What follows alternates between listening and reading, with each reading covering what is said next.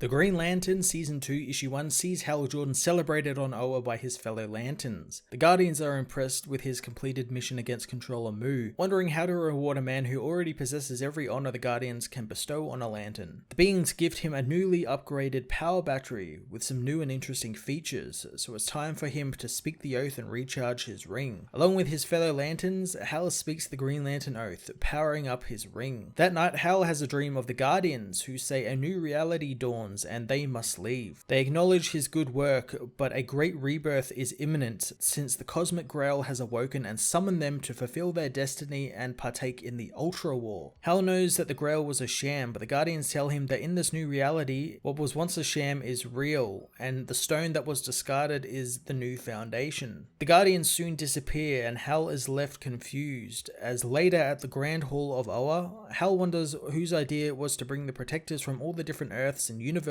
to the hall. Hal is soon met by a strange being called Rikatoro, who explains how on his world he has one law, the universal growth pattern. Hal finds that interesting, but needs to head off for a meeting. However, the being shows him his crystallizer weapon. Luckily, Hal is told by John Stewart that the Guardians want to see him, leaving the alien to continue his talk about his weapon to other Lanterns. Hal walks with John, who learns of Hal's adventure with the Green Arrow. He wonders if Hal will ever come back to Earth soon to see the Justice League, but Hal said he'd rather not, since he needs wide open spaces, otherwise he goes stir crazy. Jessica Cruz joins them, saying that she's the opposite of Hal and hates open spaces, and they are like the yin and yang. Jessica understands why Hal, however, can't go home, thanks to his secret missions. Going to see the Guardians, he learns that the reason the other protectors are there is the Guardians are looking for new people to induct into the Corps. That's not all, as they will be seeking out replacements for the departed Guardians. Hal doesn't think that will be an easy fit, and the Guardian agrees, telling Hal that the Guardians grow in the body orchards of Mother Juna on Maltus, which is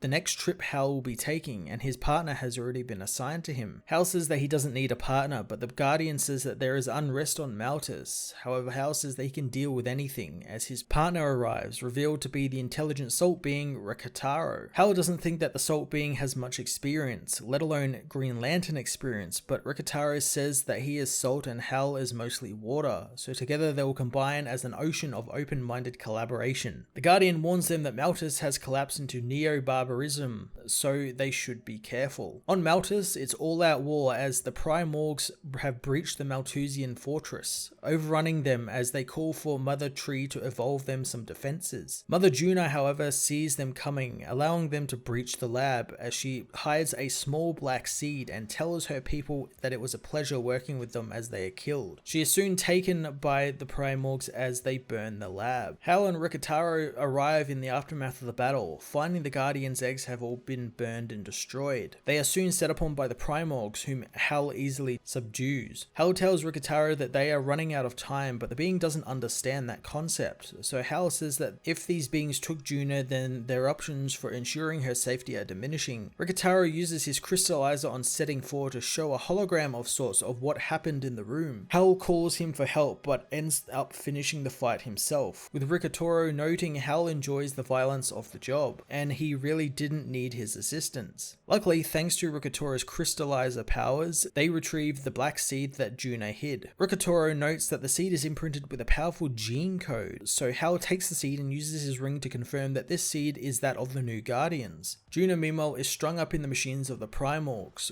who want to dissect her brain and take her knowledge, but first they will settle on a wager. Does she feel pain like they do? Juna says that she created them to serve society and she is their mother and they are her children. Hal and Rikataro race to her rescue as the Primorgs are alerted to them, using their powers to attack Hal's mind. Rikataro wonders what he must do, so he blows up the Primorgs' machines, freeing Hal from their control. Rikataro is soon disarmed by the Primorgs as they overcome him, but Hal says that with the Primorgs down, there is no one to control the apes. Rikataro tells Hal to fire his ring at him, using his own salt-like structure to refract his beams and shrink the apes. Despite the plan working, they are still outnumbered outnumbered, but Hal knows what to do, using his ring to de-evolve the apes, much to Hal's surprise. The ring says that there is many more upgrades where that came from, and this was just a field test. Juna, however, says that she was never in danger, and this was all just a rescue scenario she constructed in a little time she had, since had the Guardians given her more time, she would have done better. She is saddened all it took was 3 generations for civilization to break down, revealing artificial generations are born on Maltus so the Guardians can study how societies prosper and dwindle, and in Ricotoro's case, it provides simulation training exercises, meaning Ricotoro just passed his audition and is now welcomed into the Green Lantern Corps. Mother Juna tells the heroes that the Guardians super evolved in only 500 years, but then stopped reproducing, dying, and innovating. Luckily, she has bred a new breed of Guardians, blending Guardian, Zamorian, and Controller DNA together to make the ultimate beings. She activates her organ and places the black seed into it, birthing 4 pods that give birth to 4 young Guardians. Back on Oa, the new Guardians are welcomed by the Lanterns, told that their word is law. The young Guardians are not impressed with how things were being run, putting everyone under review. On top of that, a killer in Sector 2814 killed a Green Lantern with their bare hands and has fled to Earth to hide. Therefore, they are assigning Hal Jordan to the case, telling him that he will remain on Earth until the threat is identified and eliminated, much to Hal's chagrin. Heading to Earth, Hal is picked up by a trucker, who he tells to hit the pedal, since he's got a story to tell him as he takes him to the nearest bar. The Green Lantern Season 2 Issue 1 was a fantastic and wacky first issue for the new season that sets up some really crazy status quo shifts. I love the idea of Hal's ring getting some new and, quite frankly, powerful upgrades, so I'm interested to see what else the ring can do now that he has an upgraded power battery, and if he will actually keep that thanks to the next big thing, which is the Guardians, the new Guardians. I'm wondering if maybe they might take that back, thinking he has too much power or something. I'm very intrigued to see what will become of these new Guardians, since they seem to be a bit more stricter than the last lot of Guardians, and maybe there's something sinister going on behind the scenes with them maybe. Hal's new partner as well, being made of salt, is quite interesting, and I hope that guy sticks around. He kind of grew on me over the issue, and it'd be really cool to see Hal teaming up with him once he becomes a fully fledged Green Lantern. With Hal back on Earth, I'm looking forward to seeing what becomes of him, since he has definitely made it clear that he does not like Earth, and will he be teaming with other heroes while there, or will he just try and stick to himself? Really intrigued to see where Grant Morrison takes this. I'm going to give this issue a 10 out of 10.